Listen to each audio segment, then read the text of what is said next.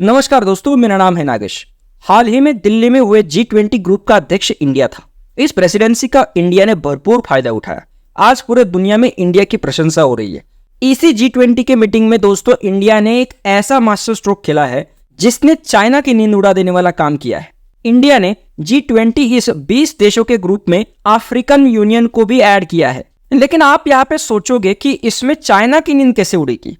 तो दोस्तों African union ये 55 अफ्रीकन देशों का ग्रुप है जो ग्लोबल साउथ का एक इंपॉर्टेंट पार्ट है। ग्लोबल साउथ ये टर्म बेसिकली ऐसे देशों के लिए यूज की जाती है जो या तो डेवलपिंग कंट्रीज है या तो अंडर डेवलप्ड गरीब देश है। इस ग्लोबल साउथ में लैटिन अमेरिका, अफ्रीका और एशिया की डेवलपिंग कंट्रीज शामिल है। जियोपॉलिटिकली देखा जाए तो दोस्तों इस ग्लोबल साउथ का महत्व आज सबसे ज्यादा है। इसीलिए इंडिया और चाइना दोनों ही देश ग्लोबल साउथ पर अपना इन्फ्लुएंस बढ़ाना चाहते हैं। तो अगर इंडिया ने G20 में अफ्रीकन यूनियन को ऐड किया तो ऑब्वियसली इंडिया की इमेज अफ्रीकन देशों में और भी बढ़ने वाली है जो चाइना को हजम नहीं होगा। इसीलिए तो बौखलाए हुए चाइना ने G20 के 3 दिन बाद ही एक कॉम्प्रिहेंसिव गवर्नेंस डॉक्यूमेंट जारी किया जिसमें यूनाइटेड नेशंस के सिक्योरिटी काउंसिल में अफ्रीकन देशों के लिए भी जगह बनाने का जिक्र किया गया। लेकिन दोनों देशों में कौन सा देश ग्लोबल साउथ का लीडर बनेगा, यह सवाल आज जरूर उठा जा रहा है। चाइना की बात की जाए तो दोस्तों चाइना दुनिया की दूसरी सबसे बड़ी इकोनॉमी होने के नाते इकोनॉमिकली चाइना को बहुत एडवांटेज है। चाइना के बेल्ट एंड रोड इनिशिएटिव के अंडर चाइना ने एशिया से लेकर यूरोप तक कई कंट्रीज में इंफ्रास्ट्रक्चरल डेवलपमेंट करी है। चाहे अफ्रीका हो या एशिया, चाइना ही सबसे बड़ा इन्वेस्टर कंट्री बन चुका है। इन कंट्रीज के इंफ्रास्ट्रक्चर को डेवलप करके चाइना एक चैरिटी करने वाला ग्लोबल साउथ लीडर के इमेज को स्प्रेड करना चाहता है।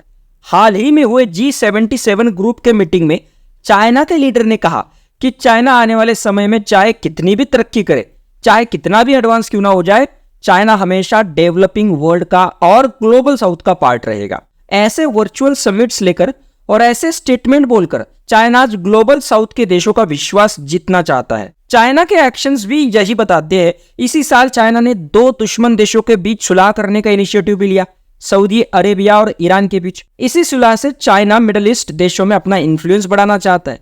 लेकिन दोस्तों इन सारी अच्छी बातों में ग्राउंड रिपोर्ट अगर देखा जाए तो चाइना के बेल्ट एंड रोड इनिशिएटिव के अंडर कई सारी कंट्रीज आज चाइना के कर्जे तले बिल्कुल डूब चुकी है। इसमें श्रीलंका जैसे कई देश शामिल हैं। चाइना के नॉन कॉम्प्रोमाइजिंग एटीट्यूड से आज इनमें से कई कंट्रीज परेशान हो चुकी है।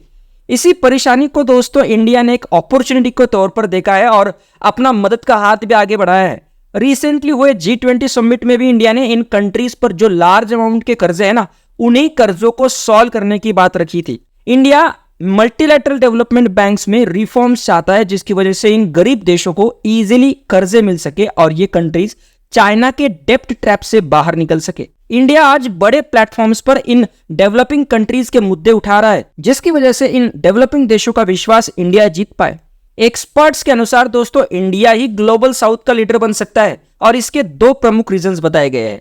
पहला है इंडिया के वेस्टर्न कंट्रीज के साथ जैसे कि यूएस, यूके, यूरोप, इनके साथ अच्छे रिलेशंस होना जिसकी वजह से इंडिया वेस्ट और ग्लोबल साउथ के बीच में ब्रिज बन सकता है जो ग्लोबल साउथ के लिए बड़ा ही फायदेमंद साबित होगा। लेकिन अगर चाइना की बात की जाए तो चाइना के वेस्टर्न कंट्रीज के साथ रिलेशंस देखे जाए तो दोस्तों आज के समय पर सबसे खराब है। दूसरा रीजन ये बताया गया है कि चाइना के कुछ साउथ ईस्ट एशियन कंट्रीज के साथ भी टेरिटोरियल इश्यूज और बाउंड्री डिस्प्यूट्स है जिसमें साउथ चाइना सी शामिल है। इन कंट्रीज में देखा जाए तो ताइवान, फिलीपींस और वियतनाम जैसे बड़े बड़े पावर्स भी शामिल है। अमेरिका भी चाहता है कि डेमोक्रेटिक इंडिया ही ग्लोबल साउथ का लीडर बने और इसी की वजह से आज अमेरिका इंडिया के कई अपोजिट एक्शंस को नजरअंदाज भी करता है। दोस्तों इंडिया जानता है कि चाइना जितना पैसा इंडिया के पास नहीं है, इसकी वजह से इंडिया चाइना जितना इन्वेस्टमेंट नहीं कर सकता है और इसी की वजह से इंडिया फ्रांस और जापान जैसे कंट्रीज के साथ हाथ मिलाकर इंफ्रास्ट्रक्चर में इन्वेस्ट करने के लिए तैयार है। इंडिया ने इसी साल आरोग्य मैत्री